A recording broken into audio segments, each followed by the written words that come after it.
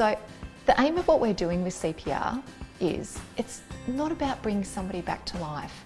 A lot of people believe that you've got a heart that should be beating like this, that either stops or flutters around ineffectively or just isn't doing its job, and that you need to come along and that you need to start compressing the chest and therefore the heart to get the heart going on its own again. That's actually really unlikely to happen. The aim of what you are actually doing is simply to be pressing on the chest to keep the blood circulating around the body, to keep the brain really well supplied with blood and therefore oxygen. Because if our brain lacks blood and therefore oxygen, we can become brain damaged or we die. It's not about fixing the cause of what's gone wrong. That's up to the doctors, the nurses, the paramedics to fix that. Your job is simply to get that blood circulating around the body to keep the brain really well supplied with blood, so that if the cause can be fixed, then you've given that baby the best chance possible at a good outcome.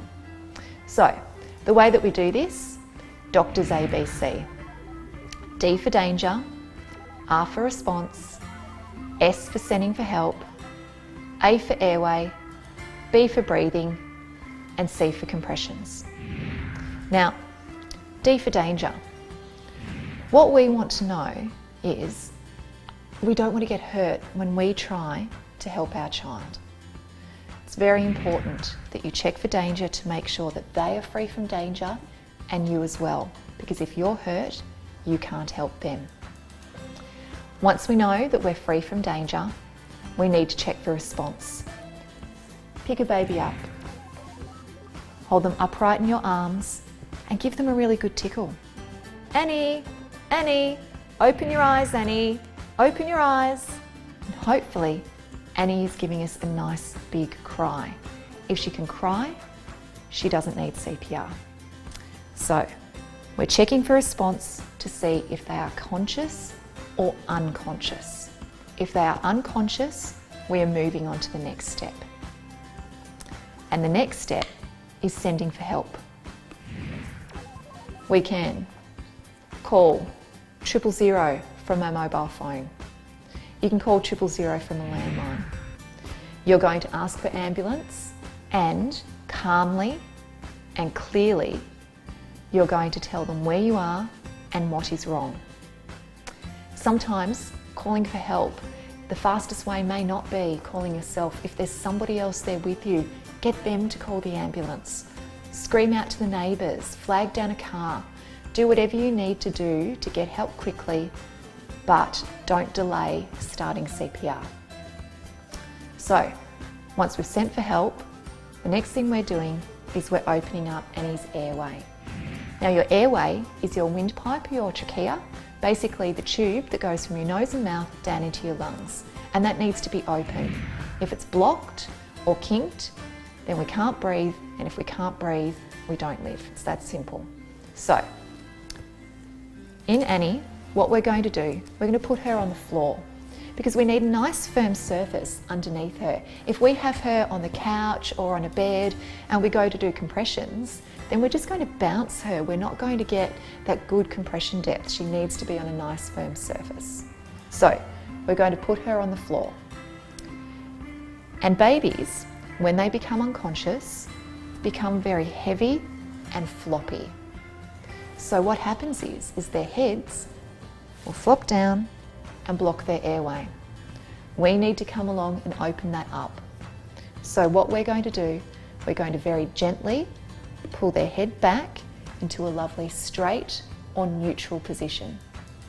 With our other hand, we're going to hold them on that hard part of the chin right here and lift that towards the ceiling. This is called a head tilt and chin lift. We're not tipping their head back. We're not letting their head go forward because that will block off their very small and soft airways. We need to keep them in that lovely, straight, neutral position. When we lift their chin towards the ceiling, what we're doing is we're pulling their chin forward to pull their tongue forward to unblock the entrance to the airway. And if while we're doing this we notice that they have vomit or that little piece of Lego or whatever it is in their mouth, we're going to roll them on their side and get that out. Now, we're not doing any big blind finger sweeps where we stick our fingers in there and try and dig out whatever it is, because we'll end up pushing whatever it is further down. What we need to do is, if it's vomit, let it drain out. If it is that little piece of Lego and you can easily get it out, do it. But we're not doing any big finger sweeps because we will end up pushing an object further down. So once that's done, roll them back over. You need to keep holding their airway, because if you let go, they're just going to flop back down again. So while you keep holding their airway open, we're going to move on to the next step. And the next step is checking for breathing. And the way we're going to do that is we're going to look, listen and feel. Now, babies are abdominal breathers. They breathe with their tummies. So we're not looking up here in the chest, we're looking around here for rise and fall of the tummy. We are listening for air coming out of their nose and mouth, and we're feeling with our cheek for air coming out of their nose and mouth. And the other thing that we're looking for in babies is their colour. After even just 20 seconds or so of ineffective breathing, a baby will turn blue. And this is one of the main indicators, in conjunction with other things, that a baby will need CPR. So what we're looking for, while we're keeping that open, we're looking for rise and fall, we're listening and we're feeling with our cheek. And while we're holding the airway open, if we find that they are breathing normally, so they are unconscious but breathing normally, we're going to roll them into what we call the recovery position on their side, because we never ever leave somebody who is unconscious on their back in case they vomit. On a young baby, pick them up. You can hold them in what we call, the football position or tiger in a tree, whatever you want to call it. And the aim of what we're doing is we can hold their airway in that lovely straight position. Their tongue and jaw comes forward, unblocking the airway. If they vomit, it comes out. We can feel their breathing on our arm, and we can keep them nice and close so we can watch them and see their colour. Now, once your baby becomes too heavy for you to be able to do this, and that may be even as little as 5 or 6 kilos, you need to put them on the ground. Roll them on their side, and you may need to be holding open their airway. And the aim of this is, if they vomit, it's going to come straight out and they're not actually going to choke on their vomit.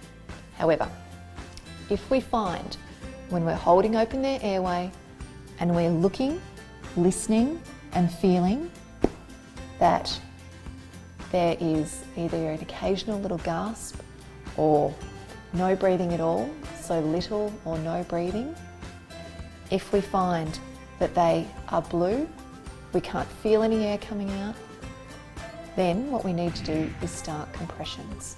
So our criteria for starting compressions are little or no breathing, unconscious, blue. In a baby, we are starting compressions. We're not feeling for a pulse, because it's not about a heart that's stopped, it's simply about a heart that's ineffective. These 3 things need to be in conjunction. Unconscious, little or no breathing, blue, we're starting compressions. So, whereabouts do we do our compressions?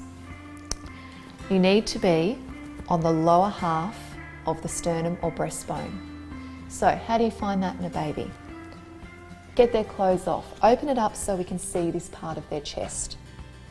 Place your fingers on their nipples, trace that into the middle over that hard sternum, and that's called the nipple line. If you simply place 2 fingers or 2 thumbs just below the nipple line, that's the correct position. And how deep do we go? We need to go down 1/3 of the depth of the chest. That's the depth. We need to go down 1/3 of that. And how fast do we go? 100 compressions per minute. And there's some good cheats, so the rhythm of Nellie the Elephant or Baa Baa Black Sheep, or even Staying Alive by the Bee Gees is the correct rhythm for compressions. So, go deeper than you think. You're not going to break them. It is better to do hard and fast compressions than not doing anything at all. Now, we need to add some breathing in there as well. We want to do 30 compressions to 2 breaths. And when we do breaths on a baby, we're going to put our mouth over their mouth and nose. We need to make sure that we've opened up their airway, because if the airway is blocked, we're not going to get any air in. And think about the size of their lungs in comparison to ours. A newborn's lungs may be this big. All we need is the contents of our cheeks. That's it. So, we're going to do 30 compressions to 2 breaths, and our breaths will look like this. Open up the airway, breathe, breathe, and straight back into your compressions. So, from the beginning, we check for danger to make sure we're not going to get hurt and that they are safe. There's no danger, we move on to response. So we pick up Annie. Annie, Annie, open your eyes, Annie, open your eyes. Annie's completely unconscious, she's not responding to us. We move on to the next step, sending for help. We can scream out to the neighbours, send somebody else, or we can dial 000 from our mobile phone or a landline. So we've sent for help. We are going to put Annie on the floor and we're going to open up her airway into that lovely straight or neutral position. If there's vomit or anything in her airway, we can let that drain out and then back over. We are then going to look, listen and feel. Looking for rise and fall of the chest or the tummy, listening for air coming out, and feeling with our cheek. And I actually can see very little breathing at all. She is unconscious and she is blue, so we are starting compressions. 30 to 2. Lower half of the sternum, 1/3 of the depth of the chest, and the rate of 100 compressions per minute. 1, 2, 3, 4, 5, 6, 7, 8, 9, 10, 11, 12, 13, 14, 15, 16, 17, 18, 19, 20, 21, 22, 23, 24, 25, 26, 27, 28, 29, 30. Open up the airway, place your mouth over their mouth and nose, and breathe. Straight back in. 1, 2, 3, 4, 5, 6, 7, 8, 9, 10, 11, 12, 13, 14, 15, 16, 17, 18, 19, 20, 21, 22, 23, 24, 25, 26, 27, 28, 29, 30. Open up the airway. Breathe. Breathe. Straight back in. 1, 2, 3, 4, 5, 6, 7, 8, 9, 10, 11, 12, 13, 14, 15, 16, 17, 18, 19, 20, 21, 22, 23, 24, 25, 26, 27, 28, 29, 30. And you continue until help arrives and takes over. So that most likely is paramedics arriving and taking over CPR. Until you become too physically exhausted to keep going, or until the baby starts to respond. And if they do start to respond to you, you stop your CPR and roll them on their side into the recovery position. Make sure help is coming and watch them very, very carefully.